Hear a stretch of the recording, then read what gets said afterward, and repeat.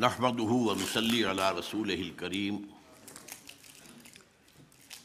اما بعد فاعوذ بالله من الشیطان الرجیم بسم اللہ الرحمن الرحیم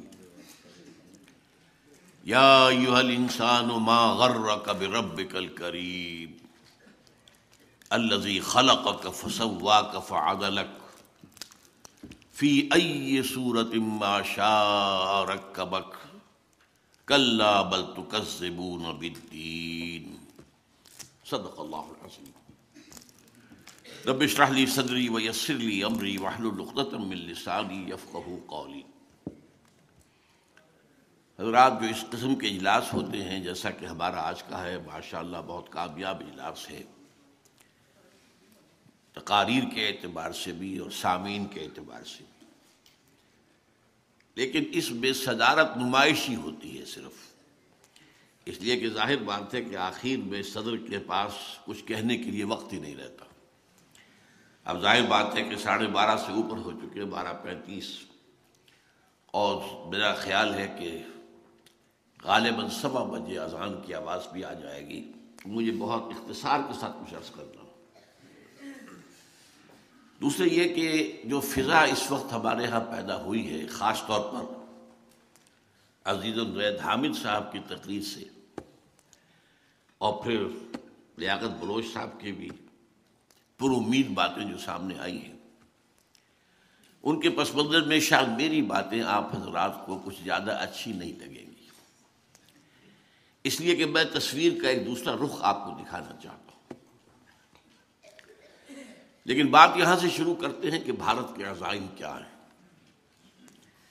پہلی بات مجھے یہ کہنی ہے کہ اچھی طرح سمجھ لیجئے، ہندو چاہے وہ ہائی کاسٹ کا ہو چاہے لو کاسٹ کا ہو، دلت ہو شودر ہو، کسے باشد،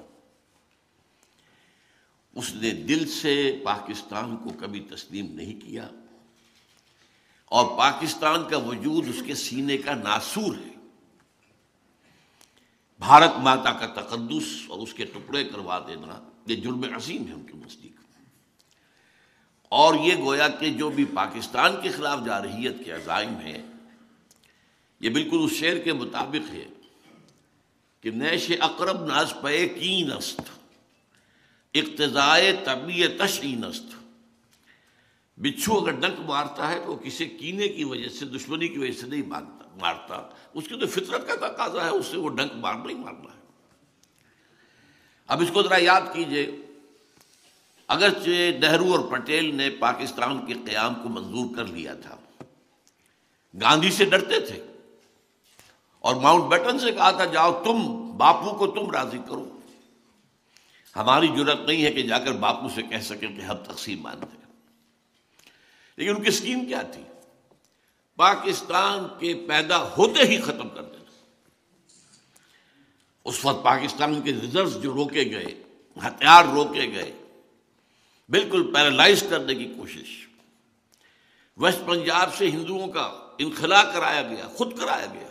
یہاں وہ اس قسم کے فسادات بالکل نہیں ہوئے تھے جو ایسٹ پنجاب میں ہوئے، تاکہ یہاں کا جو کیونکہ تجارت اور صنعت وغیرہ تو ہندو کے پاس ہے، یہ تو کولیپس کر جائے گا۔ اور پھر یہ ہے کہ ادھر سے جو سیلاب آیا جو مہاجرین کا، تو اس سب سے انہیں توقع تھی کہ پاکستان فوراً ختم ہو جائے۔ اللہ کا بڑا فضل و کرم ہوا، بڑا فضل و کرم ہوا، بڑا فضل و کرم ہوا۔ اس نے ایسے حالات پیدا کیے، اس نے معجزے سے ہی قائم کیا تھا، اور معجزے کے ساتھ ہی اس وقت بھی ان حالات کے اندر بھی جو نہایت نامساعد تھے، اللہ نے پاکستان کو قائم رکھا۔ لیکن ایک دوسری اسکیم گاندھی کی تھی۔ گاندھی گڑ دے کر مارنا چاہتا تھا۔ آپ کو معلوم ہوگا کہ گاندھی نے پاکستان کے فنڈز اور پاکستان کے حصے کا اسلحہ وہاں سے جاری کروا کر پاکستان پہنچانے کے لیے مرن برت رکھا، اور تب مجبور کیا نہرو اور پٹیل کی حکومت کو کہ وہ اثاثے بھی ادا کرے۔ لیکن یہ سب اس لیے تھا تاکہ مسلمانوں نے پاکستان کے دلوں کے اندر ایک نرم گوشہ اپنے لیے پیدا کر لے۔ اس کے بعد اگلی اسکیم اس کی کیا تھی؟ واگا سے داخل ہو کر پیدل یاترا کرتا ہوا کراچی جانا تھا۔ پورے پاکستان کو وہ محبت کا پیغام دے کر وہ جو وہاں سے محبت کے لیے اپنی دلوں کے اندر پیدا کر لی تھی گنجائش، تو گویا کہ گڑ دے کر مارنے کا پروگرام اس کا تھا۔ یہ بھی اللہ ہی کا فضل ہے کہ گوڈسے کے ہاتھوں اس کی موت واقع ہو گئی، ورنہ یہ ہے کہ بہرحال گاندھی جس قسم کا لیڈر تھا اور اس کے جو بھی اثرات ہو سکتے تھے جو پاکستانیوں پر اس وقت پڑے تھے، تو اس کے اندر اس بات کا امکان تھا۔ بہرحال اس کے بعد جو صورتحال رہی ہے ہمارے ہاں، وہ میں ایک واقعہ آپ کو سناتا ہوں۔ میں 1953 میں اسلامی جوی طلبہ کا ناظم اعلیٰ تھا۔ اس وقت جو ایک تحریک چلی تھی ختم نبوت تحریک، اور بڑے فسادات پنجاب میں ہوئے تھے۔ اس زمانے میں خواجہ ناظم الدین وزیر اعظم تھے، وہ یہاں آئے تھے دورے پر، تو میں جمعیت کا ایک وفد لے کر ان سے ملا گورنر ہاؤس میں۔ پہلے تو کچھ موجودہ حالات ملکی پر بات ہوئی، پھر میں نے ان سے کہا جناب یہ میڈو کس بلا کا نام ہے؟ یہ جو آپ ڈیفنس پیکٹ کر رہے ہیں، کن چیزوں میں آپ پاکستان کو باندھ کر جانا چاہتے ہیں؟ مجھے اب بھی ان کا چہرہ بھی یاد ہے پوری طرح، اس کی شرافت۔ کہ دیکھیے یہ آپ لوگوں کی بات نہیں ہے، یہ آپ طالب علم ہے، آپ کا یہ کام نہیں ہے۔ میں ذرا شوخ تھا ابتدا ہی سے، میں نے کہا جناب آپ ہمیں باندھ کر چلتے بنیں گے، ملک تو ہم نے سنبھالنا ہے، تو ہمیں بتائیے۔ اچھا ایک جملے میں اچھا، اور دو جملے اب میں آپ کو سنا رہا ہوں۔ دیکھیے پنڈت جی تو نہیں چاہتے نا کہ پاکستان رہے، پنڈت نہرو، اور دیکھیے ہم اکیلے تو ان کا مقابلہ نہیں کر سکتے نا۔ سورہ کبریٰ سے نتیجہ نکال لیجیے، دو جملوں میں پوری پالیسی تھی اور پوری سادگی سے انہوں نے بیان کر دی۔ وہ ہماری مجبوری تھی کہ ہم امریکہ کی گھڑے کی مچھلی، اور ظاہر بات ہے اس وقت امریکہ کو ضرورت تھی، کنٹینمنٹ آف USSR کی پالیسی تھی۔ وہ سینٹو اور نیٹو اور میڈو تو نہیں بن سکی تھی، سینٹو بنی تھی، پھر وہ بھی رہ گئی تھی، لیکن سیٹو اور نیٹو تو تھی۔ اب ہمارے ساتھ امریکہ کا جو رویہ رہا، امداد بھی دی، مالی امداد بھی دی، اس میں یہ ہے کہ جو ہتھیارات بھی دیے، لیکن ایک بات تو یہ نوٹ کیجئے کہ ایک تو یہ ہندو کے یہاں کے جانے سے جو متروکہ جائیداد یہاں پہ رہی ہے، ہمارے دامن اخلاق کو سب سے پہلے داغدار کرنے والی وہ دولت تھی۔ جھوٹے دعوے، جھوٹے ایفیڈیوٹس، جھوٹے حلفیہ بیان، تو ہمارے کردار کی جو کمر ٹوٹی ہے اس سے، وہ ہمارے حق میں واقعہ یہ ہے کہ ایک بہت بڑا زہر ثابت ہوا، اور اس کے بعد امریکی امداد ہمارے لیے زہر بن گئی۔ ایک آرٹیفیشل خوشحالی، ہم نے اپنی معیشت کو مضبوط نہیں کیا تھا، لیکن یہ جو کچھ آ رہا تھا اس کے بنا پر ہم بوسٹ کرتے تھے کہ ہمارا تو بہت جو ہے لیونگ سٹینڈرڈ بھارت کے مقابلے میں بہت بہتر ہے، لیکن اس ایڈ نے بھی ہمارے لیے وہ کام کیا ہے جو ایڈز کا وائرس جو ہے ایک انسان کی زندگی میں کرتا ہے۔ وہ ایڈ جو گئی ہے بیوروکریسی کے جیبوں میں گئی ہے، وہاں سے ہو کر واپس جہاں سے آئی تھی وہاں پہنچی ہے، وہاں کے بینکوں میں پہنچی ہے۔ ہمارے اخلاق کا، ہمارے کردار کا دیوالہ جو ہے اس کے نکالنے میں اس ایڈ کا بھی بہت حصہ ہے۔ پھر ہم پر پابندی کیا تھی؟ یہ ہتھیار تم بھارت کے خلاف استعمال نہیں کر سکتے، اگر ہم نے سن 65 میں استعمال کر لیا تو ہمیں سزا دے دی گئی۔ بہرحال یہ عرصہ وہ تھا کہ جو ہم امریکہ کے گھڑے کی مچھلی بن کر ہم نے زندگی گزاری ہے، لیکن ایک پوائنٹ نوٹ کیجئے کہ اس پورے عرصے کے دوران بھی امریکہ بھارت کی پیمپرنگ کرتا رہا ہے۔ امریکہ کی عنایتیں بھارت کے شامل حال ہیں، حالانکہ وہ رشیا کے ساتھ جا کے اس نے الائنس کیا، لیکن امریکن جو ہے ظاہر بات ہے بہت دور ان کی نگاہیں ہوتی ہیں، مستقبل وہ دیکھ رہے تھے کہ بھارت ایک بڑی طاقت بن کر ابھرے گا، لہذا اس کے ساتھ، حالانکہ 1962 میں جب چائنا کی اور بھارت کی جنگ ہوئی ہے تو ہمارے لیے بہترین موقع تھا۔ کشمیر اس وقت چند دن کی بات تھی، بھارت کے پاس وہاں پہ ڈیفنس تھا ہی نہیں، امریکہ نے ہمیں روکا اور ہم امریکہ کے تابع رہے۔ بہرحال یہ صورتحال ہے کہ جو ہماری رہی ہے، لیکن اب ایک بہت بڑی تبدیلی آ چکی ہے، عالمی حالات میں بھی، ریجنل حالات میں بھی، اندرونی حالات میں بھی۔ عالمی طور پر USSR ختم، کولڈ وار ختم، ہماری حیثیت ختم، ہماری ضرورت ختم ہے۔ یو ایس ایس آر کو آخر میں ڈسمینٹل کرانے کا کام بھی ہم سے کروا لیا، ہم نے اپنے لیے کیا۔ کوئی میں ضیاء الحق صاحب کو ہرگز بلیم نہیں کرتا، بلکہ اس کے لیے تو پروسیس تو بھٹو صاحب نے شروع کیا تھا، جب گلبدین حکمت یار اور یہ احمد شاہ مسعود وغیرہ کو بلا کر اس نے ایک مشن سپرد کیا تھا۔ بھٹو کے شروع ہوا کام تھا۔ خام خواہ ہمارے آج کل کے لوگ نامہ نگار جو ہیں وہ ضیاء الحق صاحب کو گالیاں دینے بیٹھ جاتے، اور ظاہر بات ہے کہ ضیاء الحق صاحب یہ نہ کرتے تو اس کا مطلب کیا تھا؟ رشیا تو آ گیا تھا، پھر پاکستان کہاں رکتا؟ اور اس کا تو صدیوں پرانا خواب تھا جو warm waters of the Arabian sea تک پہنچنے کا۔ افغانستان میں جم جاتا تو پھر بلوچستان اس کی چند گھنٹے کی بات تھی۔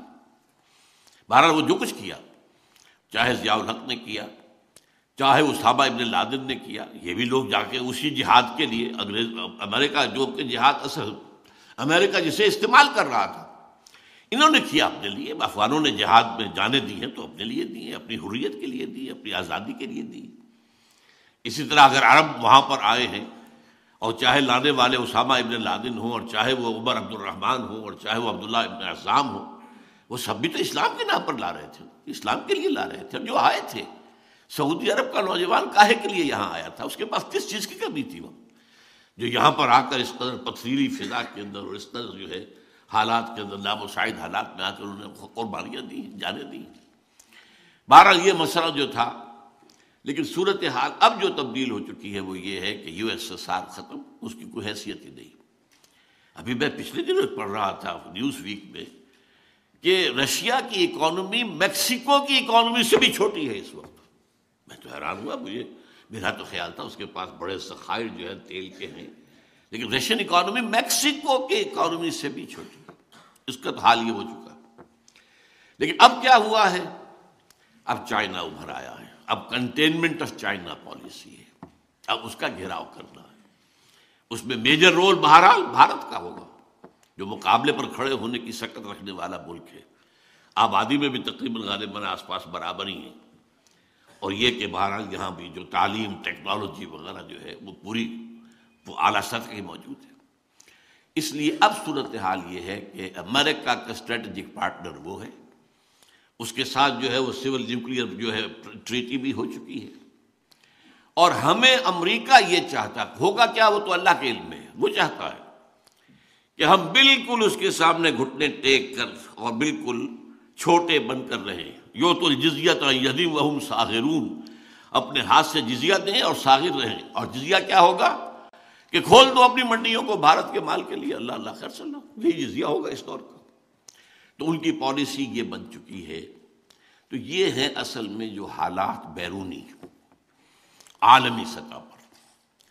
دوسری طرف ریجنل پر آئیے، افغانستان میں چونکہ الکفر ملت واحدہ، یہ نوٹ کر لیجئے، افغانستان میں وہ جو ابلیس نے کبھی دیکھا تھا، ایک خطرہ کے اندازہ کیا تھا، اقبال نے اپنی ابلیس کی مجلس شورا کے جو نظم ہے اس میں بیان کیا تھا کہ مجھے عصر حاضر کے تقاضاؤں سے ہے، لیکن یہ خوف ہو نہ جائے آشکارا شرع پیغمبر کہیں۔ یہ شرع پیغمبر تو آشکارا ہو رہا ہے۔ یہ افغانستان میں چند اسلامی احکام نافذ ہوئے اور امن ہو گیا 100%۔ ایک حکم سے پوپی کی کاش زیرو۔ ہمارے ہاں کے بڑے سیکولر جو ہیں، دانشور ہیں، علامہ اقبال کے صاحبزادے ڈاکٹر جاوید اقبال، انہوں نے خود کہا، کچھ دن رہ کر آئے تھے کابل میں طالبان کی حکومت کے دور میں، واپس آ کر دارالعلوم حقانیہ اکوڑا خٹک میں تقریر کی ہے، اور مجھ سے مانا کہ ہاں میں نے کہا تھا، یہ بعد میں نے پہلے اخباری سطح تھی، پھر میں نے خود ان سے پوچھ کیا، ہاں کہا تھا میں جو حالات کابل میں دیکھ کے آیا ہوں، یہ کون کہہ رہا ہے؟ جاوید اقبال کہہ رہا ہے، روشن خیال ترین ہمارے دانشوروں میں سے اور سیکولر ذہن رکھنے والے، کہ میں جو حالات دیکھ کر آ رہا ہوں افغانستان میں، کابل میں، اگر یہ چند اور مسلمان ملکوں میں بھی ایسے حالات ہو جائیں تو پوری دنیا مسلمان ہو جائے گی۔ یہ ہے وہ خطرہ افغانستان کی سرزمین سے کہ جس کی وجہ سے 9/11 کا ڈرامہ رچایا، اپنے 3,000 آدمی مروائے، 4,000 یہودیوں کو بچا لیا۔ پہلے دن کہا گیا تھا 8,000 یہاں پر مارے گئے ہیں، اس کے بعد بتایا گیا نہیں 3,800 مرے ہیں، باقی کہاں گئے؟ 4200 کہاں گیا؟ وہ معلوم ہوا وہ 42 یہودی تھے جو اس روز آئے ہی نہیں تھے، انہیں معلوم تھا را کا اور نیو کانز آف امریکہ ان کا جو ہے یہ اپنا ملی ہوئی بھگت تھی، اور وہ یہ چاہتے تھے کہ جیسے سیکنڈ ورلڈ وار میں پرل ہاربر کے واقعے کے بعد امریکہ جو ہے پوری طاقت کے ساتھ آ کر کودا تھا میدان جنگ میں، تو امریکہ نیڈز ہے پرل ہاربر، یہ ان کے یہاں باقاعدہ مقالات لکھے گئے۔ وہ پرل ہاربر انہوں نے خود کروا کے اور پھر افغانستان پر جو فوج کشی کی ہے اور جو طالبان کی حکومت کو ختم کیا ہے، لیکن انہیں نظر آ رہا ہے کہ یہ یہاں پر جو جذبہ ہے وہ کبھی ختم ہونے والا نہیں۔ وہ اور ہمارا علاقہ، یہ جو پختونستان والا علاقہ سمجھ لیجئے، ہمارا بھی جو پختون علاقہ ہے، اس کے بارے میں ایک بہت بڑے مصری دانشور شکیب ارسلان نے یہ لکھا ہے۔ میں حیران ہوتا ہوں کہ وہ مصری ہیں، انہیں ہمارے حالات کا ایسا کیسے اندازہ تھا۔ مولانا علی میاں صاحب نے اپنی کتاب میں کوٹ کیا، اس نے کہا تھا کہ یہ جو دو پہاڑی سلسلے چلتے ہیں، یہ جو چھت کہلاتی ہے پامیر کی سطح مرتفع، یہاں سے ادھر پہاڑ جا رہا، ادھر پہاڑ جا رہا، ادھر پہاڑ جا رہا، ادھر جا رہا ہے، تو ایک ہمالیہ ہے جو وہاں سے چلتا ہے ساؤتھ ایسٹ کی طرف، اور ایک کوہ ہندوکش ہے جو وہاں سے چلتا ہے ساؤتھ ویسٹ کی طرف۔ ان دونوں کے درمیان جو ٹرائنگل ہے، یہ ٹرائنگل کا بیس میں بتا رہا ہوں، یہ ان کی کوٹیشن میں نہیں ہے، وہ ہے مالاکنڈ کا پہاڑ، یہ ٹرائنگل بنتی ہے، بیس یہ ہے، ادھر سے ہمالیہ، ادھر سے کوہ ہندوکش۔ اس خطے میں جو قوم آباد ہے، شکیب ارسلان کہتے ہیں اگر پوری دنیا میں اسلام کی نبضیں ڈوب گئیں تب بھی اس خطے میں اسلام کی نبضیں چلتی رہیں۔ تو یہ علاقے ہیں، ان سے خطرہ ہے، اسی لیے یہاں وہ اپنا پورا مضبوط اڈا بنانا چاہتے ہیں ہر صورت۔ ابھی کہا گیا کہ تو ہم کئی جنریشن تک رہیں گے یہاں پہ، یہ جنگ تو کئی جنریشن تک چلے گی۔ اور یہاں پر نوٹ کیجئے کہ الکفر ملت واحدہ کا ثبوت کیا ہے۔ افغانستان کے خلاف رشیا بھی ان کی پیٹھ تھپکتا ہے، افغانستان کے خلاف چائنا بھی وہ ان کی پیٹھ تھپک رہا ہے، بلکہ وہاں اپنی فوج بھیجنے کو تیار ہے۔ اسے بھی اندیشہ ہے یہ مسلم فنڈامنٹلزم جو ہے، اگر افغانستان اور پاکستان کے علاقے سے نکلتا ہے تو سنکیانگ جیسا بڑا میرا صوبہ، بہت بڑا علاقہ، آپ کو تو نہیں یاد ہوگا اکثر کو، ہم شروع میں جب پڑھا کرتے تھے روسی ترکستان، چینی ترکستان، دو ترکستان تھے یہ روسی ترکستان کے جو ہے سب سمرقند اور بخارا جیسے شہر، اور یہاں کاشغر، اور اقبال نے کہا ہے ایک ہو مسلم حرم کی پاسبانی کے لیے نیل کے ساحل سے لے کر تا بخاک کاشغر، یہ کاشغر وہاں ہے، اور وہ مسلم تہذیب کا بہت بڑا گہوارہ، انہیں خطرہ ہے۔ تو اس وقت صورتحال یہ ہے کہ الکفر ملت الواحدہ کی حیثیت سے افغانستان کے اندر ہر حالت میں انہیں جو ہے اپنے قدم جمائے رکھنے ہیں، اور اس کے لیے جو بھی کچھ انہیں کرنا پڑا وہ کرنے کو تیار ہوں۔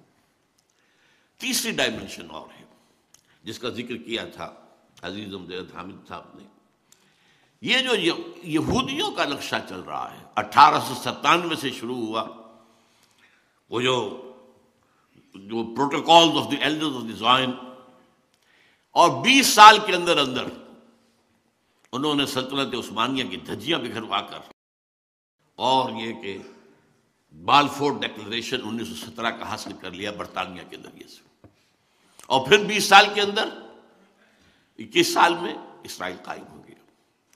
وہ جو نقشہ ہے یہودیوں کا، وہ عالم پوری اس گلوب کے اوپر اپنی فائنینشل امپائر چاہتے ہیں، لیکن ایک بڑا رقبہ جو ہے عرب ممالک کا، وہاں وہ اپنی واقعتاً ایک اسٹیٹ چاہتے ہیں، پوری دنیا پر حکومت عثمانی میں نہیں۔ پوری دنیا پر تو یہ ہے کہ وہاں پر لوگ کام کریں، انہیں گوئمز اور جنٹائلز ہیں، بس حیوان بنا دو انہیں، وہ کام کریں، اور ان کی کمائی کا جو ہے ملائی اس کی ہم کھینچتے رہیں گے IMF کے ذریعے سے اور ورلڈ بینک کے ذریعے سے، بس یہ وہاں اس کے لیے تو یہی ہے financial empire, not direct occupation.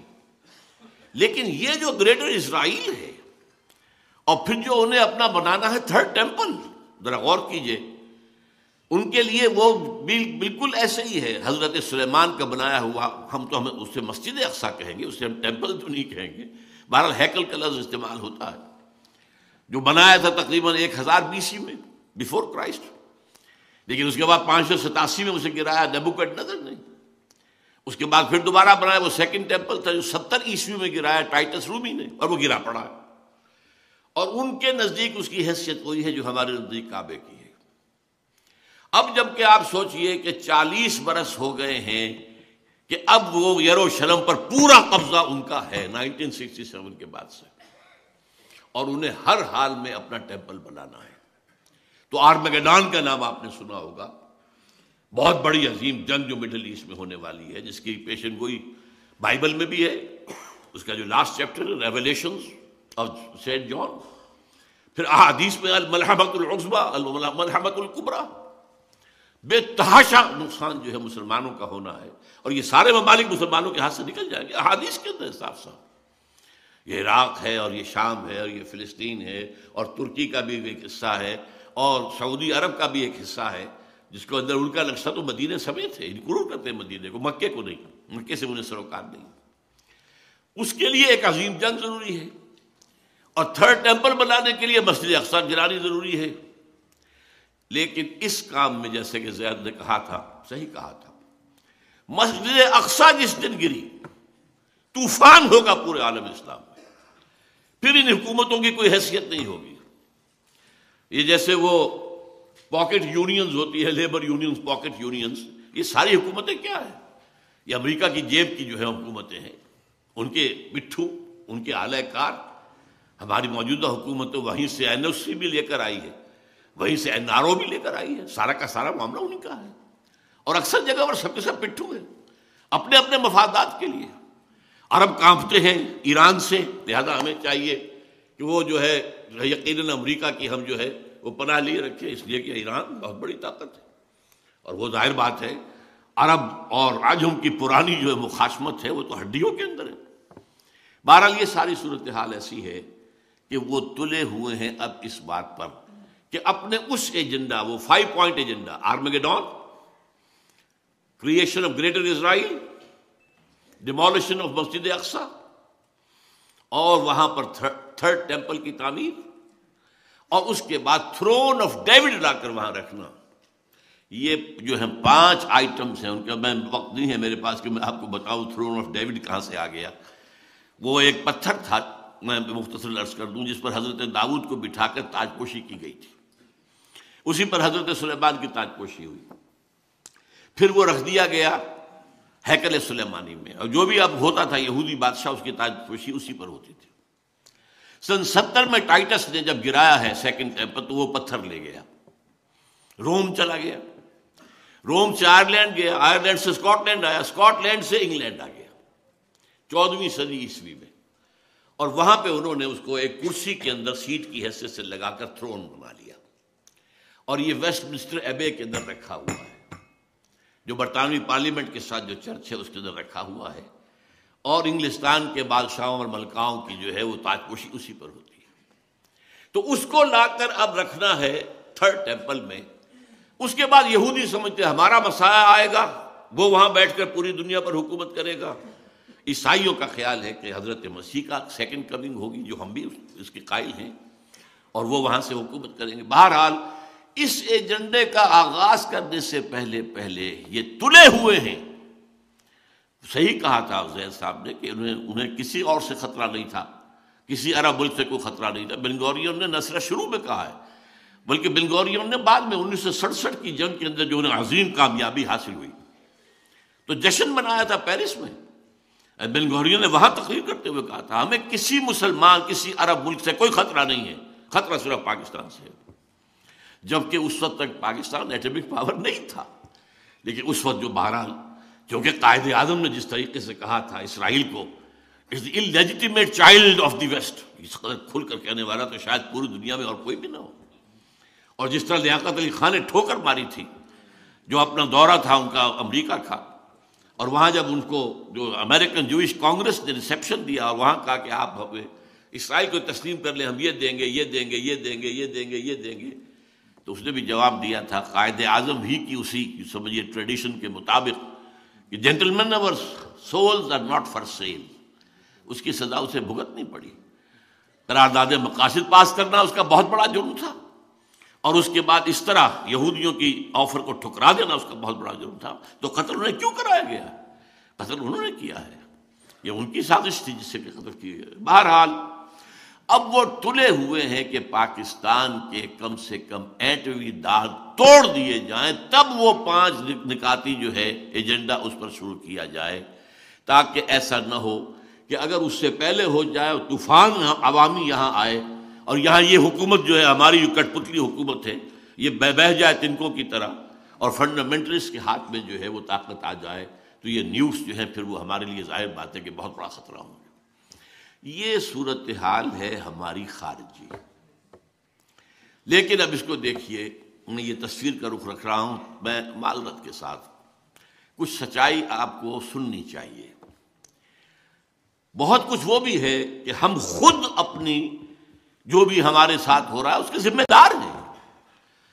اے باد صبا ہی ہما آوردہ تست، 1971 میں ہم نے وہ صورتحال وہاں پیدا کی تھی جس سے فائدہ اٹھایا پھر بھارت نے۔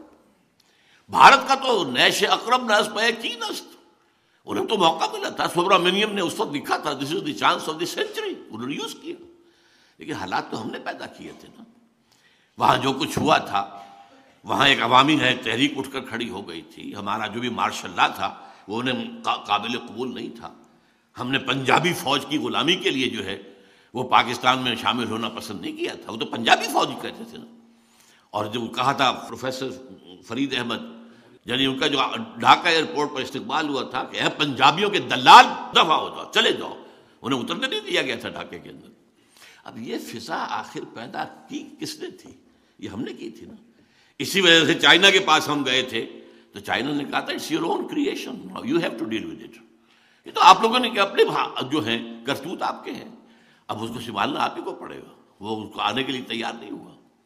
تو صورتحال یہ ہے کہ ہم اپنے حصے کو دیکھیں کہ جو ہمارا جرم ہے، اور اس میں نے آج جو آیت پڑھی ہے وہ یہ ہے کہ اللہ تعالیٰ کی طرف سے معجزے آتے ہیں آتے رہے ہیں، لیکن اللہ کی شان غفاری اور رحیمی پر دھوکہ نہیں کھانا چاہیے۔ ایک وقت آتا ہے کہ اللہ تعالیٰ رسی کھینچ بھی لیتا ہے، پھر سزا بھی دیتا ہے۔ ان بطش ربک لشدید، تمہارے رب کی جو پکڑ ہے وہ بھی بہت سخت ہوتی ہے۔ ہاں وہ مہلت بھی دیتا ہے، وہ کریم بھی ہے، وہ غفور بھی ہے، وہ ستار بھی ہے، وہ ودود بھی ہے، وہ رؤوف بھی ہے، لیکن شدید العقاب بھی ہے، شدید ذو انتقام بھی ہے، وہ انتقام بھی لیتا ہے۔ انا من المجرمین منتقمون۔ اب ہمارے ہاں ہوا کیا ہے، ہمارا اصل مرض کیا ہے جس کو سمجھنا چاہیے، خدا کے لیے سمجھیے۔ دیکھیے ہم نے یہ ملک لیا تھا اللہ سے معجزے کے طور پر، اللہ نے ہمیں دیا۔ یہ اب اس کی تفصیل میں نہیں جا سکتا، میری کتاب سن 85 میں نے لکھی تھی استحکام پاکستان، میں نے ثابت کیا 100% معجزہ، کوئی حالات تھے ہی نہیں پاکستان کے بننے کے۔ یہ سمجھا گیا تھا یہ تو بارگیننگ کے لیے مسلم لیگ نے ایسی بات کہہ دی ہے، اور کہاں کا سوال پیدا ہوتا ہے وہ ہندوستان کی تقسیم کا۔ لیکن بہرحال اللہ نے دیا ملک، ہم نے دیا تھا کیوں؟ اے اللہ ہمیں ہندو اور انگریز کی غلامی سے نجات دے، ہم تیرے دین کا بول بالا کریں گے۔ What did we do actually؟ اس میں کسی شخص کو چھوڑ دیجئے، جماعتوں کو چھوڑ دیجئے، بہرحال پوری قوم کا جرم ہے، پوری قوم کا جرم ہے۔ یقیناً اس میں چھوٹے ذمہ داری والے لوگ بھی ہیں، بڑی ذمہ داری والے لوگ بھی ہیں، والذی تولی کبرہ کی مثال بھی موجود ہے، لیکن میں اس تفصیل میں نہیں جانا چاہتا۔ بٹ دی فیکٹ ریمینس، 61 برس کہاں ہے وہ اسلام؟ یہ مذہب والا اسلام تو پوری دنیا میں ہے، انڈیا میں بھی ہے، مسجدیں ہیں، حج فلائٹس انڈیا سے بھی جاتی ہیں، اور بتایا مجھے یہ گیا ہے کہ سعودی عرب کے اندر مدینے اور مکے میں اور جدے میں جو ہندوؤں کے جو بھارت کے وہاں پر میڈیکل مشن ہیں وہ کہیں زیادہ بہتر ہیں پاکستان کے میڈیکل مشنز کے بجائے، جس قدر وہ خدمت کرتے ہیں لوگوں کی۔ وہاں سے حاجی جاتے ہیں، وہاں نمازیں ہیں، وہاں مسجدیں وہاں بھی ہیں۔ اس کام کے لیے تو ہم نے پاکستان نے لیا تھا۔ آپ مسجدیں تو آپ نے امریکہ میں جا کے بنا لی ہیں، لیکن یہ کہ یہ مذہب جو ہے یہ اور شے ہے، دین اور شے ہے۔ مذہب پھیل رہا ہے، fastest growing religion in the world is Islam, it's all the world accepted, لیکن اس دین کہاں ہے؟ ان الدین عند اللہ الاسلام ومن یبتغی غیر الاسلام دینا فلن یقبل منہ، یہ دین ہے۔ اذا جاء نصر اللہ والفتح ورأیت الناس یدخلون فی دین اللہ افواجا، وہ اللہ کا دین، اللہ کا نظام، وہ سیاسی، معاشی وہ جس کو قائد اعظم اور علامہ اقبال کہتے رہے، اسلام کے اصول حریت و اخوت و مساوات، وہ دین جو کہ امن و امان بھی دے، جو انصاف بھی دے رہا ہو، جہاں یہ ہے ڈسکریمنیشن نہ ہو، جہاں کوئی بھوکا نہ ہو، کوئی شخص نہ ہو۔ حضرت عمر نے تو ایک یہودی کو بھیک مانگتے ہوئے دیکھا تو گورنر کو ڈانٹ پلا دی تھی۔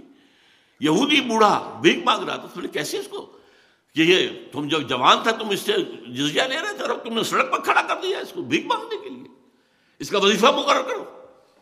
وہاں یہ تھا کہ اگر کتا بھی اگر بھوکا مر جاتا ہے فرات کے کنارے یا دجلہ کے کنارے، عمر ذمہ دار ہوگا قیامت کے دن۔ وہ نظام، دنیا تو اس نظام کے لیے چشم براہ بیٹھی ہوئی ہے، دیکھنا چاہتی ہے، اس لیے کہ وہ نظاموں کا کلیش جو تھا وہ ایک گویا کہ ختم ہوا، ایک اعتبار سے کمیونزم کی موت واقع ہو گئی۔ اب وہ جو کیپٹلزم دوبارہ آیا، گلوبلائزیشن کی شکل میں آ رہا ہے، تو اس کا بھی رد عمل ہوگا، اور ہے وہاں ہو رہا ہے۔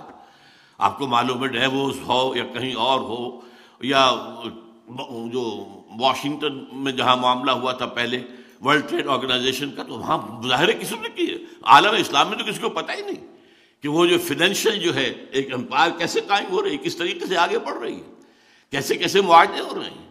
پوری دنیا جو ہے وہ اپنا بیج نہیں پیدا کر سکے گی، بیج لینے پڑیں گے ہم سے، ملٹی نیشنل سے، ہم نے ڈیولپ کیے ہیں یہ سارے جینیٹیکلی جو چینج ہیں، جس سے کہ اب پہلے کتنے تم من گندم لے لیتے تھے ایک بیگھے سے یا ایک ایکڑ سے، اب کتنا لے رہے ہو؟ پہلے کتنے چاول، اب ہم نے بنایا نا، ہم نے یہ، لہٰذا ہماری رائلٹی ہے، you will have to purchase, اور ہم دیں گے وہ بیج جو بس ایک فصل دے گا، اس سے جو گندم ہوگی وہ بیج کے طور پہ کام نہیں کر سکے گی۔ اس طریقے سے جو دجال کے بارے میں ہے کہ رزق کے خزانے اس کے قبضے میں آ جائیں گے، جو اس کی بات مانے گا صرف اس کو رزق ملے گا، باقی کسی کو رزق نہیں ملے گا۔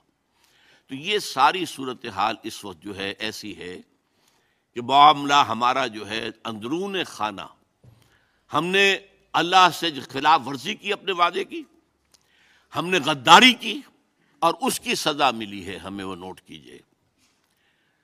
قرآن مجید میں ہے سورہ توبہ میں، یہ 75 76 77 3 آیتیں ہیں۔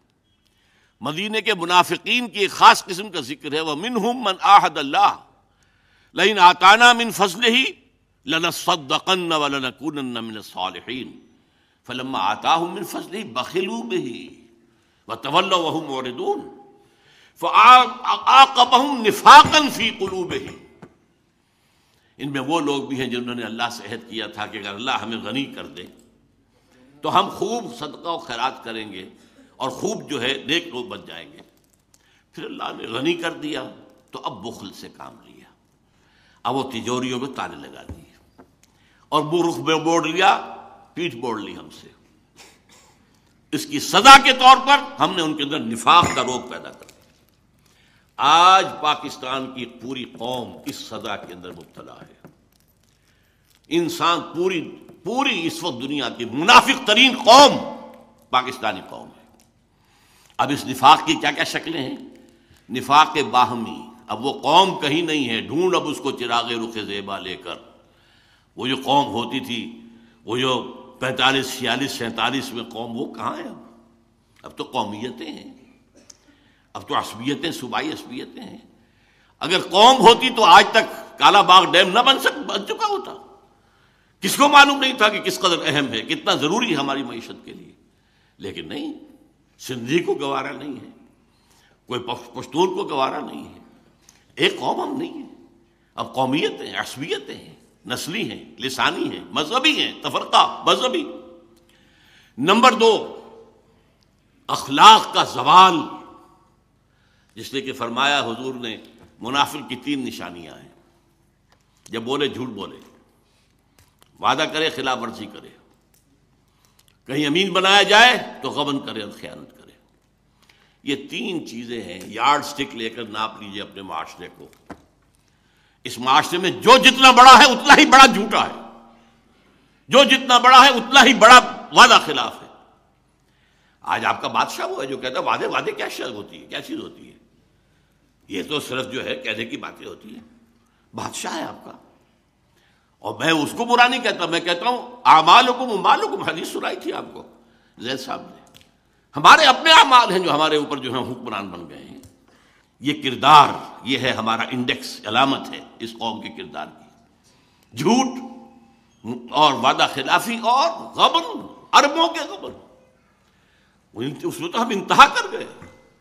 ہماری معیشت کی کمر توڑ دینے والا تو اصل معاملہ جو ہے وہ ہے اربوں کے غبن. اب تو کبھی انگریز کے زمانے میں اگر چند سو چند ہزار کی کچھ ادھر ادھر بات ہو جاتی تھی طوفان برپا ہو جاتا تھا، کیا ہوا، بہت بڑا اسکینڈل ہو گیا، بہت بڑا.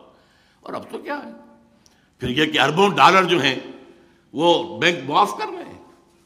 اگر کوئی شخص چند ہزار کا مقروض ہو عام آدمی، اس کا گھر قرقی کرا دیا جائے گا یا اس کے سامان قرقی کرا دیا جائے گا، اور اربوں ڈالر معاف ہو رہے ہیں. یہ جینے کے لچھن تو نہیں. کیا زمانے میں پنپنے کی یہی باتیں ہیں؟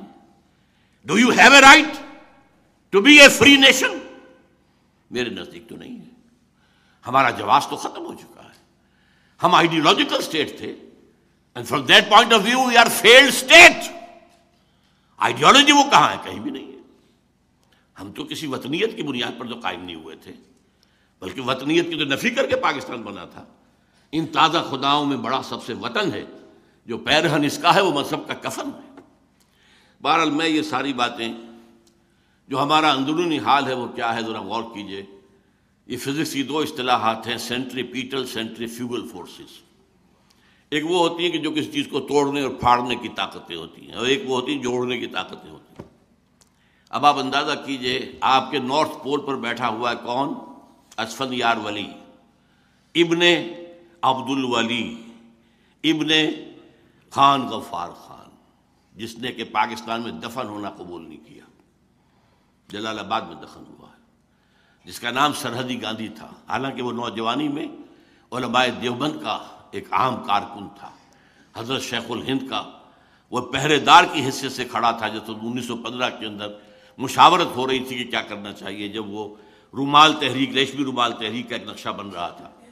ایک لمبا تڑنگا پٹھان ایک لاٹھی لے کر کھڑا تھا جو دروازے کے اوپر پہرا دے رہا تھا، وہ تھا خان عبد الغفار خان. بہرحال بعد میں کانگریس کے ساتھ جا کر وہ کانگریسی، وہ تو سرحدی گاندھی بنے ہیں.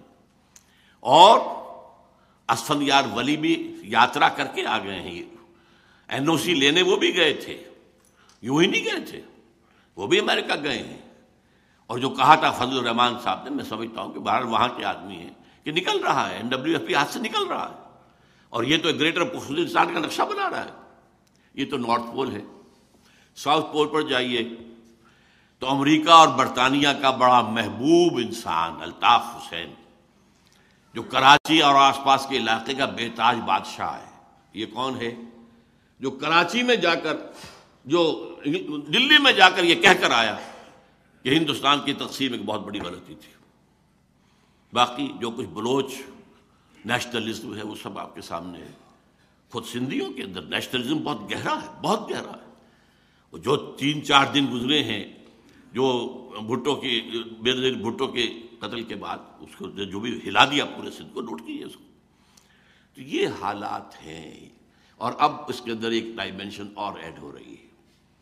یہ جو ہنی مون تھا PPP اور مسلم لیگ نون کا، یہ ختم ہو رہا ہے. پھر وہی فضا ہو جائے گی، پھر جو ہے نئے جو ہے بساط بچھے گی، اور پھر وہی جو ہے. اور چاہتا یہ ہے بھارت بھی، امریکہ بھی، کہ یہاں بدامنی ہو اور ہمیں موقع ملے، جواز بن جا. ایسٹ پاکستان میں بدامنی ہوئی، جواز مل گیا. وہاں سے بہت سے لوگ جو ہیں وہ چاہے ان کے کہنے ہی کی وجہ سے ہندو جو ہیں وہ چھوڑ کر ایسٹ پاکستان چلے گئے اور وہاں پر بنا دیے گئے ان کے کیمپس. دیکھو یہ جان کے خوف سے ڈر کے یہاں آئے ہوئے ہیں. بہرحال یہ ہیں ہمارے اپنے کرتوت. اب اس پس منظر میں ٹھیک ہے وقت فرصت ہے کہاں، کام ابھی باقی ہے. اور یہ جو ہے کہ اے خاص ہے خاصان رسول وقت دعا ہے، امت پہ تیری آ کے جب وقت پڑا ہے. اللہ نے پاکستان کو بہت بچایا، بہت بچایا، بہت بچایا. پاکستان کو بنتے ہی بچایا، جبکہ اس کے خلاف جیسے کہ میں آپ بیان کر چکا ہوں 1965 میں بچایا. اس لاہور کا تو BBC ٹیلی ویژن نے تو دکھا دیا تھا، فال آف لاہور. لاہور فتح ہو چکا ہے بھارتی فوج کے ہاتھوں. جیم خانہ کلب میں شام کو آ کر شراب پینے کی ان کا پروگرام بن چکا تھا. اور ہماری سرحد خالی پڑی تھی، نو ڈیفنسز واٹس ایور. لیکن کیا ہے وہ اللہ نے بچایا.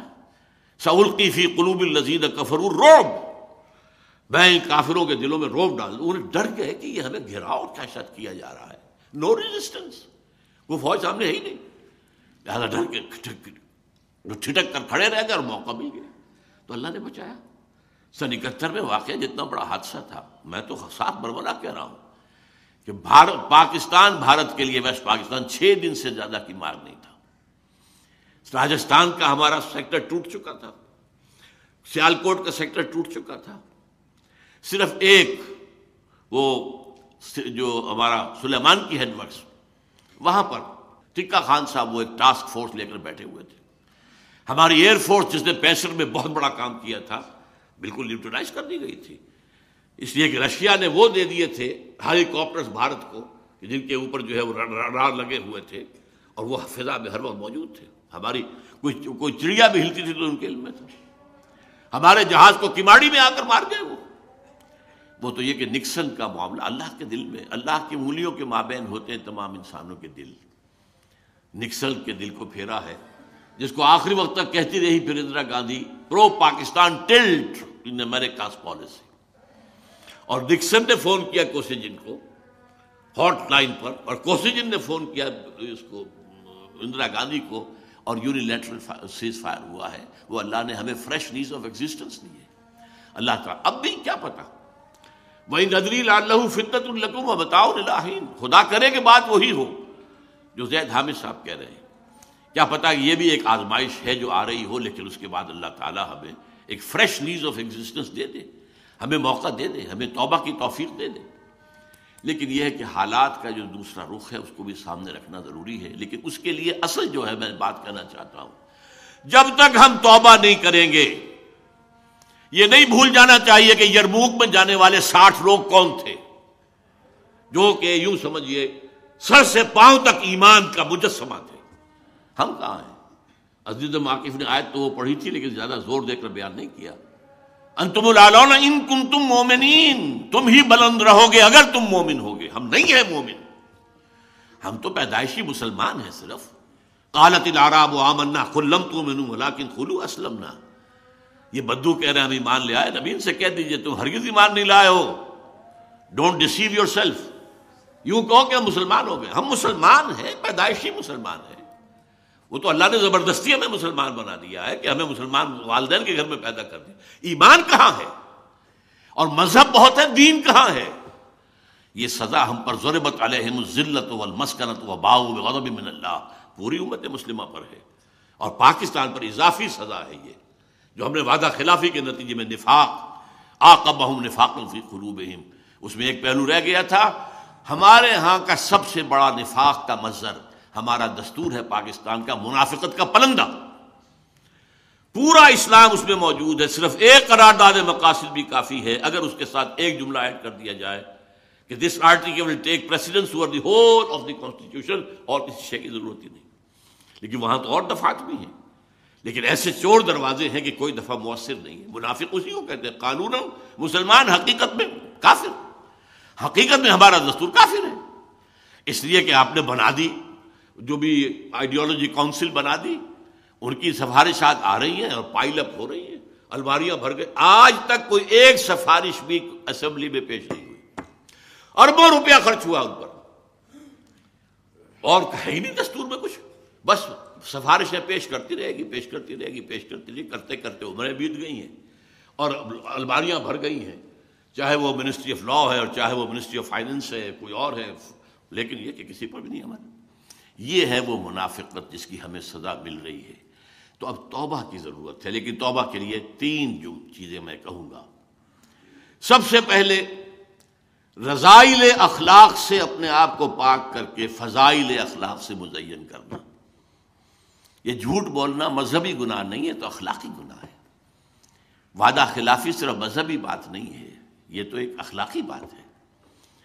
ہمارا کسی کو تہمت لگا دینا، کسی کے ساتھ سوء ظن کا معاملہ کرنا، خام خواہ، یہ سارے اخلاقی رذائل ہیں۔ پیٹھ پیچھے برائی کرنا، غیبتیں کرنا، ان سے دامن چھڑائیں۔ نمبر 2، شریعت پر جتنا بھی ممکن ہے عمل کرنا، لازماً عمل کیا جائے۔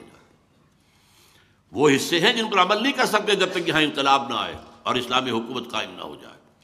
چور کا ہاتھ تو نہیں کاٹ سکتا، نہ میں کاٹ سکتا ہوں نہ آپ کاٹ سکتے ہیں، کوئی اور دوسری بعض سزائیں بھی جو ہیں، رجم کی سزا تو کوئی یہاں پہ نافذ نہیں کر سکتا، بلکہ یہ کہ کوڑے بھی لگانے کی سزا بھی دینے کی جو ہے وہ میرے پاس آپ کے پاس اختیار نہیں ہے۔ لہذا یہ ہے کہ لیکن جس چیز پر امکان ہے، سب سے بڑی بات میں کہتا ہوں، پردہ اس ملک کے اندر کوئی ابھی تک مصطفیٰ کمال پاشا نہیں آیا جس نے کہ پردہ زبردستی ختم کرایا۔ پھر جنہوں نے ختم کیا خود کیا ہے نا، یہ ان کی اپنی کارروائی ہے، اپنی کارستانی ہے، دیا ذمہ دار۔ سود سے، انڈائریکٹ سود سے کوئی نہیں بچ سکتا، ڈائریکٹ سود سے تو بچے۔ ایک نمبر 3 یہ کہ عزم کریں کہ اب ہمیں اس ملک کے اندر اسلامی نظام قائم کرنا ہے۔ یہ عزم، یہ در حقیقت یہ ہے توبہ، ورنہ توبہ کی تسبیحیں پڑھنے سے توبہ نہیں ہوگی، توبہ کا ہفتہ منانے سے توبہ نہیں ہوگی، توبہ کے اجلاس کرنے سے توبہ نہیں ہوگی۔ توبہ تو یہ ہوگی رذائل اخلاق کو ختم کرو، شریعت پر عمل بھرپور کرو، اور نمبر 3 طے کر لو ان صلاتی و نسکی و محیایا و مماتی للہ رب العالمین، میری اب زندگی اور میری موت اور میری نماز اور قربانی سب اللہ کے لیے۔ اس کے لیے یہ ہے کسی نہ کسی جماعت میں شامل ہونا جو یہاں پر دین کو قائم کرنے کی جد و جہد کر رہی ہو۔ ایک ہے عام کوئی دینی مذہبی جماعتیں یا مذہبی کام، کوئی تعلیمی بھی کام بھی ہو سکتے ہیں، تبلیغی بھی، ایک ہے دین کو قائم کرنے کی جد و جہد، اور جس کا منہج جو آئے گا وہ سیرت النبی سے آئے گا۔ اس لیے کہ انبیاء کرام میں سے انہی کے ہاتھوں ایک عظیم انقلاب برپا ہوا، اور 23 برس کے اندر اللہ کا دین قائم ہو گیا، ٹوٹل 23 برس۔ تو وہ منہج وہاں سے لے کر اس کا فیصلہ مسلمان کریں اور اسی کی منادی کریں۔ اس کی صورت پھر اللہ سے دعا مانگیں۔ مجھے 2 دعائیں بہت پسند آئی ہیں پچھلے دنوں سے۔ ایک حضرت ابراہیم علیہ السلام کی دعا، میں حیران ہوا، پہلے کبھی توجہ نہیں گئی تھی، کہ سفارش کرنے کا، اور جس کو کہتے ہیں کہ قیامت کے اندر جو ہے شفاعت بھی ہوگی، اس شفاعت کا کس قدر لطیف انداز ہے۔ فرماتے ہیں پروردگار فمن تبعنی فإنہ منی، جو تو میری اولاد میں سے میری مطابقت کرے گا، میرے پیچھے چلے، وہ تو میرا ہے ہی ہے۔ ومن عصانی فإنک غفور رحیم، اور اے پروردگار جو میری معصیت کرے، نافرمانی کرے، تو تو غفور اور رحیم ہے نا۔ یہ نہیں کہا کہ فاغفر لہ، نہیں، تو فإنک علی کل شیء قدیر۔ اسی طریقے یہ آیا ہے حضرت عیسیٰ علیہ السلام سے جب پوچھا جائے گا کہ یا عیسیٰ ابن مریم، کیا تم نے کہا تھا اپنے لوگوں سے کہ مجھے اور میری ماں کو بھی خدا بنا لینا؟ اے اللہ، میں نے نہیں کہا، میں نے تو وہی کہا تھا جس کا تو نے مجھے حکم دیا تھا۔ لیکن اس کے بعد کیا فرماتے ہیں؟ ان تعذبہم فإنہم عبادک، اے اللہ اگر تو انہیں عذاب دے تو یہ تیرے بندے ہیں، تجھے، اور وَإِن تغفر لہم، اور اگر تو بخش دے فإنک علی کل شیء قدیر، تو ہر چیز پر قادر ہے نا، تیرا کوئی ہاتھ تو نہیں پکڑ سکتا کہ ان گناہ گاروں کو کیوں تجھے بخش دیا، تیرا اختیار ہے۔ تو اب ہم جس جگہ کھڑے ہیں، اے اللہ ان تعذبنا فإنا عبادک، اگر عذاب بھی آ گیا ہو، سن 71 کا چھوٹا عذاب، ہو سکتا ہے بڑا عذاب آیا بڑا ہو، وَلَنُذِيقَنَّهُم مِّنَ الْعَذَابِ الْأَدْنَىٰ دُونَ الْعَذَابِ الْأَكْبَرِ لَعَلَّهُمْ يَرْجِعُونَ۔ اللہ کی رحمت کی امید بھی رکھیے، لیکن اللہ کے شدید العقاب اور شدید الانتقام، انا من المجرمین منتقمون، یہ پہلو بھی نظر انداز نہ کیجیے۔ تو ایک جو ہے ہماری کیفیت ہونی چاہیے بین الخوف والرجاء، اور اس کے لیے یہ ہے کہ توبہ، اور توبہ اس سینس میں جو میں نے آپ کے سامنے رکھی ہے، اور ایمان سے اپنے دلوں کو مزین کر کے، اور پھر اپنی زندگیوں کو لگا دینا اللہ کے دین کو قائم کرنے کی جد و جہد کے لیے۔ کیا عجب کہ اللہ تعالیٰ ان ادری لعلہ فتنۃ لکم متاع الی حین، اللہ تعالیٰ ہمیں اور مہلت دے دے، ہمیں موقع دے دے، اصلاح کا موقع دے دے، تو اللہ تعالیٰ سے ہمیں اس کی دعا کرنی چاہیے۔ اقول قولی ھذا واستغفر اللہ لی ولکم۔